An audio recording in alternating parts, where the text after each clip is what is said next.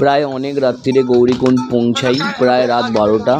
ওই জন্য আর video shoot করতে পারিনি। তাড়াতাড়ি করে একটা রুম নিয়ে শুয়ে পড়েছিলাম, তার কারণ তার পরের দিন সকাল সকাল উঠে আমাদের কেদারনাথ হেঁটে উঠতে হতো।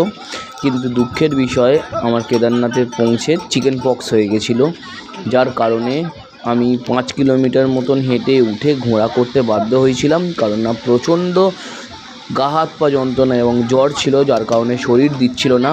আর এত দূর এসে বাড়ি ফিরে যাব সেটাও কোনো রকম ইচ্ছা ছিল না।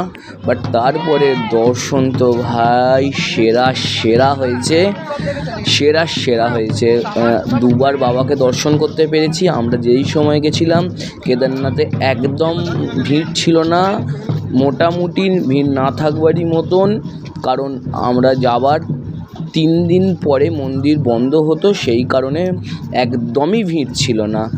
আমরা ভোর 8টার সময় লাইন দিয়েছি, বেলা 12টার সময় বাবাকে গায়ে হাত দিয়ে বাবার মাথায় জল ঢেলে ভালোভাবে বাবার দর্শন করতে পেরেছি। 25-এ এসে পৌঁছানো। জয় বাবা কেদার, হর হর মহাদেব। 2008 থেকে চেষ্টা করে 2025-এ আমি কেদারনাথে আসতে পেরেছি। এটা আমার অনেক বড় সৌভাগ্য। এখন দেখছেন সন্ধ্যা আরতির পর্ব। যদিও আমরা যখন পৌঁছেছিলাম তখন সন্ধ্যা আরতি হয়ে গেছিলো, সবে সন্ধ্যা আরতি হয়েছে আর আমরা গিয়ে পৌঁছেছি।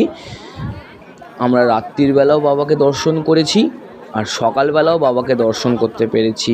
রাত্রির বেলা তো আমাদের 10 মিনিটও লাইনে দাঁড়াতে হয়নি, আর দিনের বেলা বাবাকে দর্শন করে মোটামুটি 2-3 ঘন্টা 4 ঘন্টা ম্যাক্সিমাম লাইনে দাঁড়িয়েছি। বাবাকে দর্শন হয়েছে খুব ভালোভাবে।